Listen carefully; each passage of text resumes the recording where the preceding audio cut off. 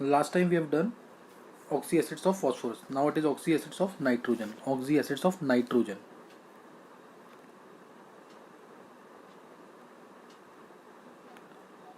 Acid of nitrogen. तो oxy acid of nitrogen के अंदर जो है तीन है एनसीईआरटी के अंदर. HNO2 nitrous acid. HNO2 nitrous acid है. स्ट्रक्चर इसका बहुत सिंपल है. HNO2 प्लेनर स्ट्रक्चर होगा इसका भी, लोन पेयर होगा और बेंड शेप आ जाएगी इसकी HON डबल बॉन्ड O और एक लोन पेयर. HNO2 का स्ट्रक्चर आ जाएगा. दूसरा है nitric acid. Nitric acid HNO2 थोड़ा वीक एसिड है. HNO3 क्या है? Strong acid. तो उसमें कोई लोन पेयर नहीं आएगा. इसकी एग्जैक्टली प्लेनर शेप होगी. प्लेनर शेप HNO3, जिसका डिटेल भी हम थोड़ा सा पढ़ेंगे अभी. This is HNO3. कोई लोन पेयर नहीं आएगा इसके अंदर. नेक्स्ट नोट करेंगे इसमें. एक और है hyponitrous acid. Hyponitrous nitrous acid है ये, नाइट्रिक एसिड है ये. और अब नेक्स्ट कर रहे हैं हाइपोनाइट्रस एसिड H2N2O2. H2N2O2. तो शेप इसका N double bond N OH OH आ जाएगा. OH OH. ये है hypo H2N2O2 hyponitrous acid. Hyponitrous acid. एक और है वैसे तो पर नाइट्रिक एसिड, पर ऑक्सी नाइट्रिक एसिड. वो कोड सिलेबस में नहीं है. 3 करने में एनसीईआरटी के अंदर जो है वो HNO4 होता है. नेक्स्ट नोट करेंगे आगे. इसमें डिटेल डिस्कस करेंगे HNO3 की. डिटेल ऑलरेडी हम वैसे डिस्कस कर चुके हैं प्रिपरेशन वगैरह, फिर भी हम देखेंगे एक बार. नाइट्रिक एसिड अभी डिस्कस कर रहे हैं हम टॉपिक नाइट्रिक एसिड. ये हम ऑलरेडी वैसे डिस्कस कर चुके हैं, बस थोड़ा बहुत उसके पॉइंट्स हैं एनसीईआरटी में जो दे रखा है वो और डिस्कस देखेंगे इसको. नाइट्रिक एसिड तो इसकी प्रिपरेशन है. पहले प्रिपरेशन इसकी फर्स्ट है लैब प्रिपरेशन. लैब में हम कैसे प्रिपेयर कर सकते हैं इसको. सोडियम नाइट्रेट लेंगे. सोडियम नाइट्रेट इसमें ज़्यादा स्ट्रॉन्ग एसिड डालेंगे. हालांकि नाइट्रिक एसिड भी स्ट्रॉन्ग है. ज़्यादा स्ट्रॉन्ग एसिड डालेंगे तो वो स्ट्रॉन्ग एसिड क्या करेगा, HNO3 को यहाँ से हटा देगा और खुद सॉल्ट बना लेगा NaHSO4. सोडियम हाइड्रोजन सल्फेट का सॉल्ट बना लेगा plus HNO3. Nitric acid like this it is prepared. Clear. Like this nitric acid is prepared. इस तरह से नाइट्रिक एसिड प्रिपेयर होगा. तो ये ध्यान रखना इसके अंदर. ये this is the preparation of nitric acid. This is the preparation of nitric acid. तो ये लैब प्रिपरेशन है. नेक्स्ट हमने और जो हमें बर्कलैंड, मैं सेकंड नाम लिख देता हूँ सिर्फ, ये तो वैसे सिलेबस में भी नहीं था. बर्कलैंड आयड प्रोसेस और एक सेकंड जो है बर्कलैंड आयड प्रोसेस, ये हम कर चुके हैं डिस्कस. N2+O2 करके जो बनता था, NO बनता था और NO में हाफ O2 डालेंगे NO2 में H2O डाल देंगे तो HNO2 प्लस HNO3. HNO2 को हीट करके भी HNO3 बनता है. ये हम डिस्कस कर चुके हैं पहले. क्लियर. Birkeland Eyde process. और फिर है हमारा ऑस्टवर्ल्ड प्रोसेस. ये भी हम डिस्कस कर चुके हैं डिटेल में. Ostwald process for manufacturing nitric acid. ये ज़्यादा इंपॉर्टेंट है, ये आना भी चाहिए. सही ना. ऑस्टवर्ल्ड प्रोसेस. एमोनिया में O2 डाला था, प्लेटिनम 1100 केल्विन पे NO मिला था. NO में हाफ O2 डाल दिया था NO2 और NO2 में H2 डालेंगे तो HNO3 मिलता है, जो कि 68% मिलता है. फिर उसको हम 98% करते हैं कंसनट्रेटेड H2SO4 डाल के. तो ये हम डिस्कस कर चुके हैं, इसलिए मैं डिटेल दोबारा नहीं ले रहा हूँ उसकी. ये प्रिपरेशन हो गई इसकी. नेक्स्ट नोट करेंगे इसके और प्रॉपर्टीज.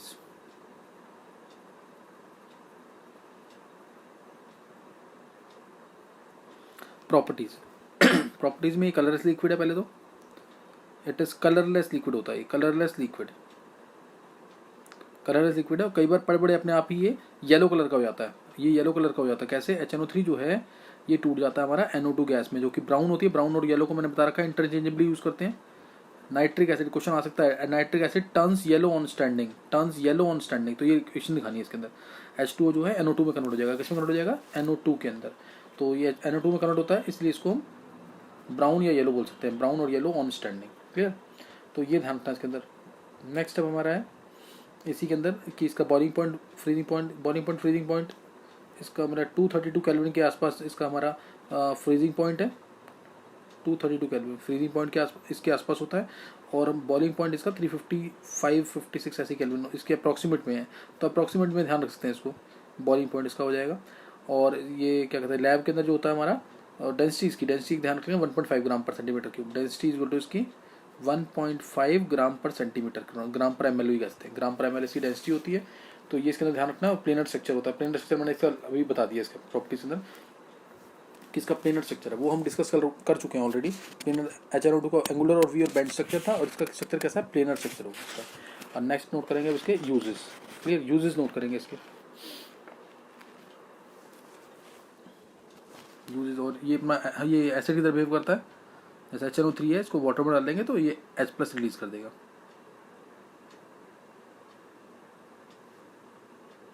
स्ट्रॉन्ग एसिड है, इमीडिएटली अपने H+ रिलीज कर देगा। तो ये इस तरह से दिखा सकते हैं इसको। अब इसका जो है यूजेस, इसके यूजेस होता है इसका, एक तो फर्टिलाइजर्स के अंदर नाइट्रेट है, नाइट्रेट आयन होता है तो फर्टिलाइजर में जरूर यूज होगा, फर्टिलाइजर्स में, एक्सप्लोजिव में, in the manufacturing of ammonium nitrate NH4NO3 की for fertilisers and explosive, for fertilisers and explosives. तो ये ध्यान रखना इसका यूज। नेक्स्ट जो यूज आएगा इसका, in the pickling of metals. Second use इसका क्या है, पिकलिंग ऑफ मेटल्स। पिकलिंग यानी cleaning, in the pickling of metals, या स्टील कह सकते हैं। पिकलिंग ऑफ मेनली जो होता है स्टील, स्टेनलेस स्टील जो होता है, स्टील, उसमें इसका यूज आ जाता है। एचिंग ऑफ मेटल्स के अंदर आ सकता है, मार्किंग ऑफ मेटल्स कह सकते हैं इसको, एचिंग ऑफ मेटल्स, इसमें इसका यूज आता है। और as an oxidiser, oxidising agent की तरह यूज होता है, oxidiser in rocket fuels, as an oxidiser in rocket fuels, as an oxidising agent तो है ही अच्छा, ये as an oxidiser in rocket fuels. तो ये चीज ध्यान रखें, ये यूजेस है इसके। अब नेक्स्ट कुछ इसकी ऑक्सीडाइजिंग प्रॉपर्टीज, ये भी हम डिस्कस कर चुके हैं जिंक और कॉपर के साथ, डाइल्यूट और कंसंट्रेटेड में। ऑक्सीडाइजिंग प्रॉपर्टीज ये भी देख लेंगे एक बार। ऑक्सीडाइजिंग प्रॉपर्टीज में जैसे जो मेटल्स के साथ हम देख ही चुके हैं, मेटल्स के साथ हम देख चुके हैं, नॉन मेटल्स के साथ कंसंट्रेटेड नाइट्रिक एसिड होगा, हॉट और कंसंट्रेटेड नाइट्रिक एसिड होगा, तो नॉन मेटल्स या मेटलॉइड्स को भी ऑक्सीडाइज कर सकता है। Oxidising properties for non metals and metalloids, non metals and metalloids. तो इंपॉर्टेंट चीज़ें हैं, ध्यान देना, वो खुद पढ़ना है इसको ढंग से। Non metals and metalloids first, तो इसमें नोट कर लेंगे, जैसे अगर हमारे पास सपोज कार्बन है, तो कार्बन में HNO3 डाल दिया कंसनट्रेटेड, हॉट और कंसनट्रेटेड HNO3 डाल दिया, तो ध्यान रखना इसमें नॉन मेटल जो है वो एक एसिड में कन्वर्ट होगा, IC, एक एसिड में कन्वर्ट होगा। तो क्या मिल जाएगा इसमें, H2CO3 प्लस NO2। बैलेंस खुद करना, इंपॉर्टेंट चीज़ है काफ़ी है, बैलेंस खुद करना, रिडॉक्स रिएक्शन है ये। बी जो है, जैसे सपोज मेरे पास है कार्बन, फॉस्फोरस ले लिया, फॉस्फोरस का एक एसिड क्या होता है, फॉस्फोरस प्लस HNO3, तो ये मिल जाएगा H3PO4, फॉस्फोरिक एसिड। नाम याद रखना है फॉस्फोरिक, ये क्वेश्चन आना है, what happens when phosphorus is treated with concentrated nitric acid. कौन सा, ये concentrated, hot and concentrated nitric acid. तो H3PO4 फॉस्फोरिक एसिड मिल जाएगा प्लस NO2, बैलेंस कर लेंगे, प्लस वाटर में मिलता है साथ में, बैलेंस जरूर करना, बैलेंस जरूर करना। यहाँ पे कार्बोनिक एसिड मिला है, यहाँ क्या मिला है, कार्बोनिक एसिड, और ये मिल गया फॉस्फोरिक एसिड। और ये तो हमेशा कंसंट्रेटेड में क्या मिलता है, हमेशा NO2। तीसरा, थर्ड, अगर सल्फर है, कंसंट्रेटेड HNO3 डाल दिया, तो इसमें मिल जाएगा sulphuric acid plus H2O plus NO2, sulphuric acid plus NO2 plus H2O। और आयोडीन ले लिया अगर, HNO3, जो NCERT में सिर्फ वही डिस्कस कर रहे हैं, कोई डिटेल नहीं ले रहे इसकी। ये तो एक वाला एसिड याद रखना है, एक वाला एसिड मिलता है, तो HiO3 मिलता है, iodic acid, iodic acid plus NO2। ये सोचना है कि यहाँ पे HiO4 क्यों नहीं मिला, है ना, वो भी तो पर आयोडिक एसिड होता है, वो भी एसिड है, वो क्यों नहीं मिला, ये खुद ट्राई करना question. I2 plus concentrated HNO3 क्या मिल जाएगा, NO2। तो ये ध्यान रखना इस चीज़ का। तो इस तरह से और भी है नॉन मेटल्स, बोरोन आ गया, आर्सेनिक आ गया, सब में एक एसिड बन जाएगा, सब में क्या बनेगा, एक एसिड। ये एनसीईआरटी में देखें, ये हमने डिस्कस कर लिया है। नेक्स्ट नोट करेंगे आगे। अब ये नॉन मेटल्स को भी कर देता है, मेटल्स को भी कर देता है, लेकिन कुछ मेटल्स ऐसे हैं जिनको नहीं करता है, कुछ मेटल्स ऐसे हैं जिनको नहीं करता है। और मैग्नीशियम और मैंगनीज को तो H2 गैस, उनसे H2 गैस मिलता है, ध्यान रखना इस चीज़ का। ये एम्स में पूछा हुआ क्वेश्चन, लेकिन हाँ एनसीईआरटी में नहीं है तो इसलिए डिस्कस नहीं कर रहे उसको। तो इसके अंदर नोट करेंगे आगे, जैसे कुछ मेटल्स हैं, जैसे हम बात करें अगर क्रोमियम की, क्रोमियम, निकल, एल्यूमिनियम, ये पता लग गया उसको देख, एल्यूमिनियम को देखते ही, these are passive, they are passive towards concentrated HNO3। ध्यान होगा, एल्यूमिनियम के कंटेनर में हम कैरी कर सकते हैं किसको,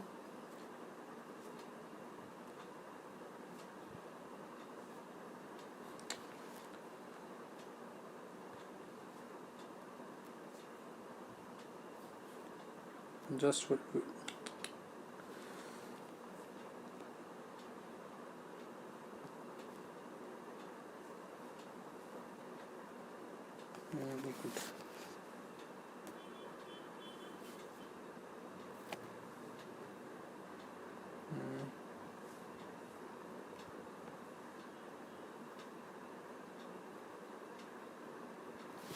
कौन सा कार्बन है, एल्यूमिनियम है, एल्यूमिनियम, थोड़ा ध्यान देंगे, थोड़ा सा इसमें दिक्कत आ गई। तो एल्यूमिनियम, निकल और chromium, aluminium, nickel, chromium, they are passive towards HNO3, towards HNO3 concentrated. तो उसका क्या, बहुत सिंपल सा रीजन है, because of formation of protective oxide layer on their surface, because of formation of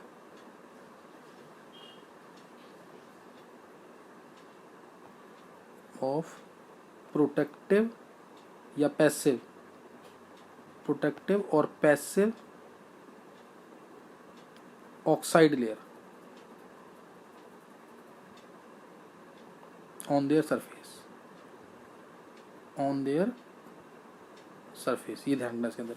aluminium, nickel, chromium ये passive होते हैं towards HNO3, क्यों, क्योंकि इनके सरफेस पे प्रोटेक्टिव ऑक्साइड लेयर बन जाती है, प्रोटेक्टिव ऑक्साइड लेयर, तो इस चीज़ का ध्यान रखना है। तो इसलिए ये रिएक्ट नहीं करते, और इसलिए एल्यूमिनियम के कंटेनर में हम कंसंट्रेटेड HNO3 को कैरी कर सकते हैं। तो ये ध्यान रखना, protective oxide layer on the surface की वजह से ऐसा होता है। नेक्स्ट अब है कुछ नोबल मेटल्स भी हैं, ये इंपॉर्टेंट था ही। कुछ नोबल मेटल भी हैं, जैसे प्लेटिनम है, गोल्ड है, हालांकि थोड़ा बहुत रोडियम जो होता है वो भी होता है, इरिडियम भी होता है, लेकिन हम उसको काउंट नहीं करते, ये एनसीईआरटी में दे रखे हैं। ये भी डिजॉल्व नहीं करते क्योंकि नोबल मेटल्स हैं, so they do not dissolve in this HNO3, do not dissolve. इसलिए इनको डिजॉल्व करने के लिए हम स्पेशल टाइप का एक केमिकल बनाते हैं जिसे हम बोलते हैं एक्वा रीजिया। क्या बोलते हैं, एक्वा रीजिया। 10th क्लास में भी ये पढ़ा होगा सबने, एक्वा रीजिया। ये 1:3 होता है रेशियो किसका, HNO3 का और HCl का, HNO3 + HCl, 1:3 ratio, this is called as aqua regia. Aqua regia ये रेड करके देता क्या है, HNO3 + 3 HCl, ये इंपॉर्टेंट रिएक्शन है। NOCl देगा nitrosonium chloride plus nascent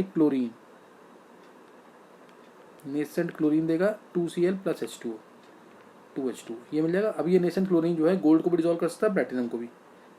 Au + 3Cl, ये बनाएगा AuCl3 पहले, और एक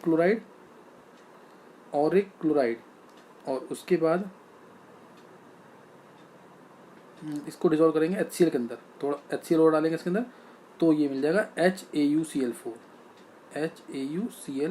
ये याद रखना, HAuCl4, क्लोरोऑरिक acid,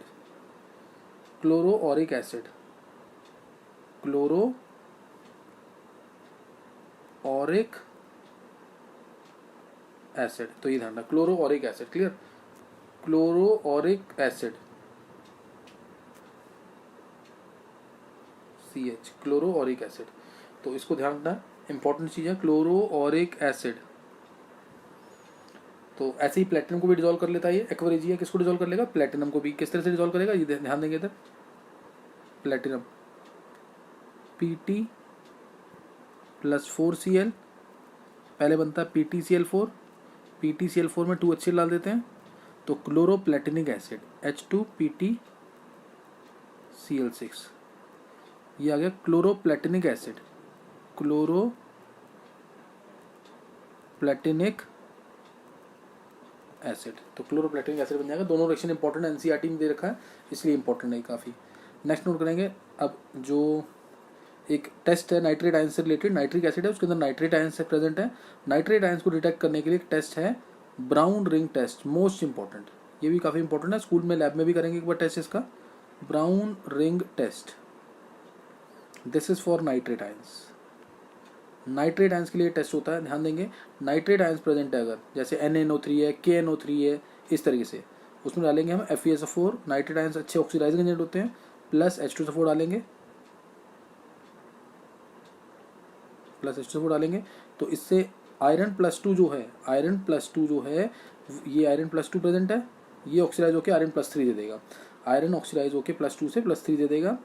Fe2SO4 whole thrice plus NO plus NO, ये मिल जाएगा। आयरन प्लस 2 से प्लस 3 में चला गया। नाइट्रेट आयंस जो हैं वो किस में चले जाएंगे? नाइट्रिक ऑक्साइड के अंदर। अब ये nitric oxide, this nitric oxide and this FeSO4, ये जो बच गया हुआ कुछ FeSO4 ये रिएक्ट करेगा इसके साथ and will form A brown ring. बस ये ध्यान रखना है लैब में टेस्ट परफॉर्म करते समय कि कंसंट्रेटेड H2SO4 को हमेशा साइड्स ऑफ ट्यूब से डालेंगे, साइड्स ऑफ टेस्ट ट्यूब से डालेंगे, ये ध्यान रखना है चीज़ का। तो अब FeSO4 ध्यान देंगे, next line FeSO4 plus 5H2O plus NO, तो ये बना देता है FeH2O whole 5 NOSO4, FeH2O whole 5 NOSO4। सही, तो ये ध्यान में, this is called as brown ring, this is the brown ring form. तो ये ब्राउन रिंग टेस्ट है, नाइट्रेट आयंस के लिए टेस्ट होता है।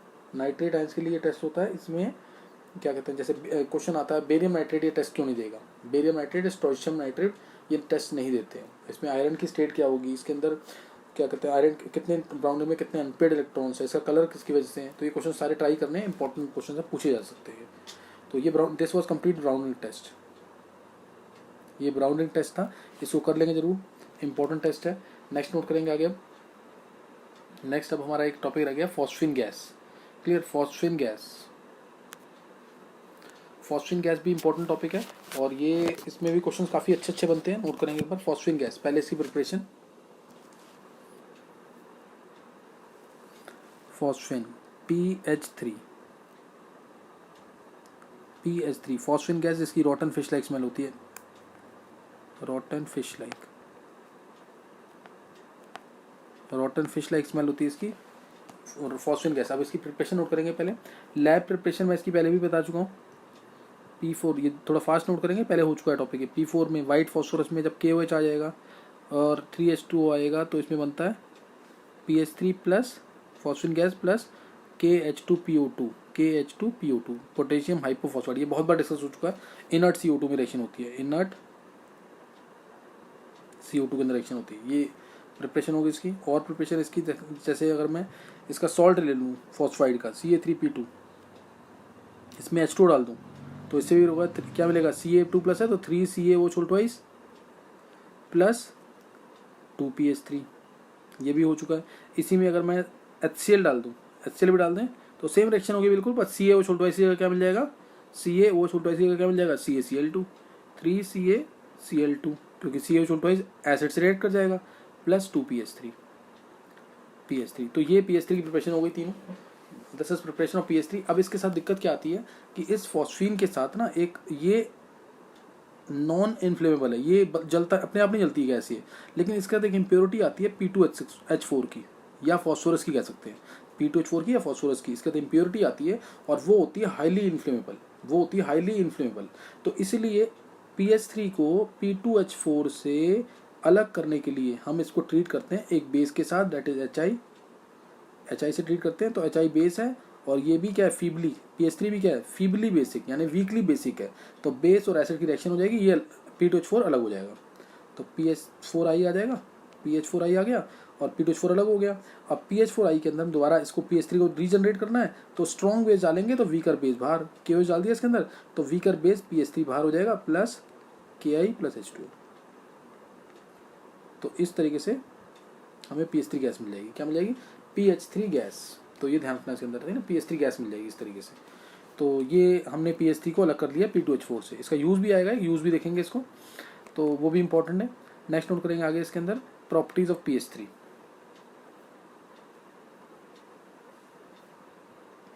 प्रॉपर्टीज,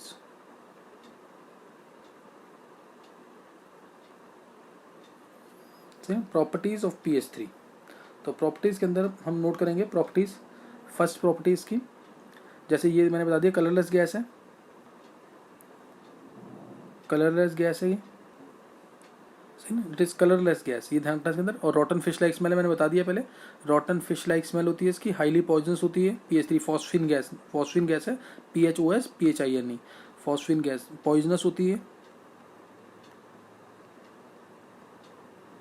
कलरलेस गैस है, रॉटन फिश लाइक स्मेल है, पॉइजनस होती है। और थोड़ा सा भी अगर ट्रेसेस ऑफ ऑक्सीडाइजिंग एजेंट आ गया इसके पास, जैसे HNO3 Cl2 या Br2, ये टूट जाएगी, सही ना।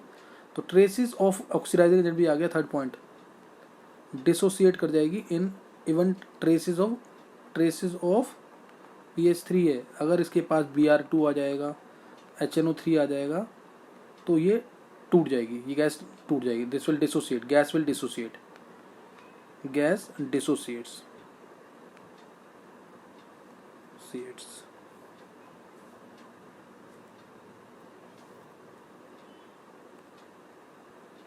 ये डिसोसिएट कर जाएगी फॉस्फोरस और H2 के अंदर। तो ये इसके अंदर ध्यान रखना है इसके अंदर, सही ना।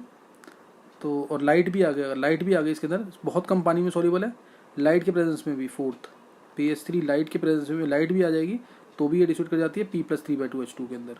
और फॉस्फोरस जो मिलता है यहाँ पे वो रेड फॉस्फोरस होता है, रेड फॉस्फोरस H2 में डिसोसिएट कर जाएगी, बहुत स्लाइटली सॉल्युबल है वाटर के अंदर,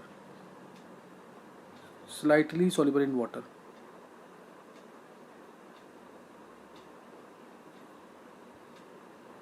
ये और ध्यान रखना है, it is only slightly soluble in water, clear, slightly soluble in water. और बेसिक है तो HBr से तो रिएक्ट करेगी, HBr एसिड के साथ, PH3 प्लस HBr, मैंने ऊपर HI की रिएक्शन दिखाई थी, HBr की रिएक्शन दिखा रखी, तो PH4Br बन जाएगा, सही ना, PH4Br बन जाएगा।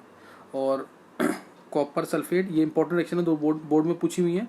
कॉपर सल्फेट की रिएक्शन कैसे होगी PH3 की, और HgCl मर्कुरी क्लोराइड के साथ, ये दोनों रिएक्शन बोर्ड में पूछी हुई हैं, तो दोनों इंपॉर्टेंट है। CuSO4 प्लस PH3 सॉल्ट बन जाएगा Cu3P2, और ये कई बार टूट भी जाता है कॉपर के अंदर, ये भी ध्यान रखना है, प्लस H2SO4 आएगा साथ में, प्लस H2SO4। और ये इसमें अगर रिएक्शन होगी, इसमें अगर HgCl2 प्लस PH3 के साथ रिएक्शन होगी, तो इसमें आंसर आ जाएगा Hg3P2 mercuric phosphide plus HCl, mercuric phosphide plus HCl। तो ये रिएक्शन भी दोनों इंपॉर्टेंट है, नोट कर लेंगे इसको आगे। अब use of PH3, next page पे आएगा यूज।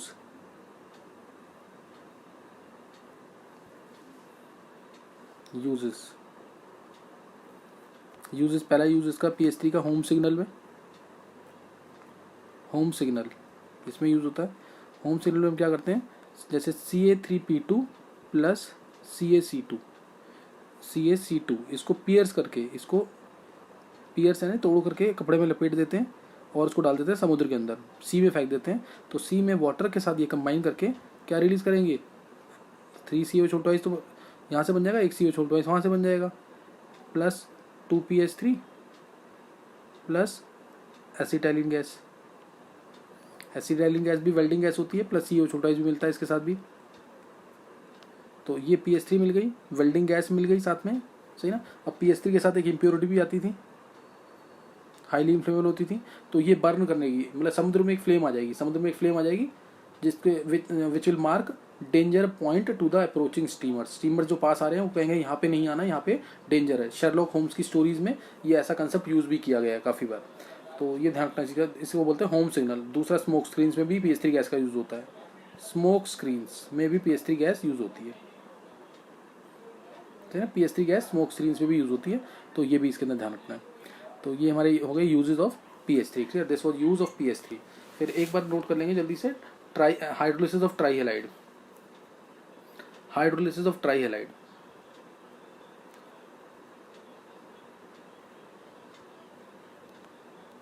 हाइड्रोलिसिस जैसे NCl3 है,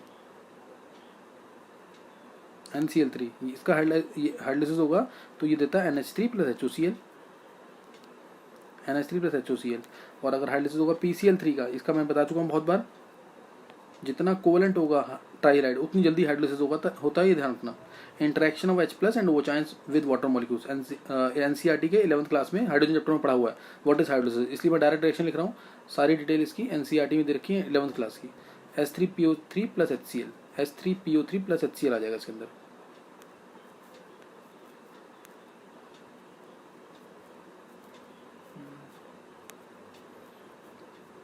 एक मिनट, इसको नेक्स्ट वीक लिखते हैं।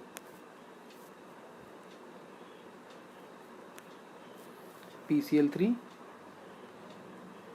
प्लस H2O तो यह आ जाएगा H3PO3 प्लस HCl, ठीक है ना। तो ये भी ध्यान रखना है। नेक्स्ट ASCl3 होता तो उसमें भी H3ASO3 प्लस HCl। अब ये कोवेलेंट कैरेक्टर खत्म होता जा रहा है, इसलिए अब इसका हाइड्रोलिसिस नहीं हो पाएगा SpCl3 का, इसका बहुत पार्शियल हाइड्रोलिसिस होता है। SbOCl, एंटीमनी ऑक्सीक्लोराइड मिलेगा, क्या मिलेगा, antimony oxychloride, Sb plus OCl negative plus 2HCl। और सेम ऐसे ही, और वाइट कलर की टर्बिडिटी होती है, ये ध्यान रखना इस चीज़ का, BiCl3 प्लस H2O, इसका भी हाइड्रोलिसिस होगा तो पार्शियल होगा। और BiOCl, ये दोनों रिएक्शन इसलिए इंपॉर्टेंट है, BiO plus OCl negative oxychloride plus 2HCl, तो वाइट टर्बिडिटी मिलती है इनकी।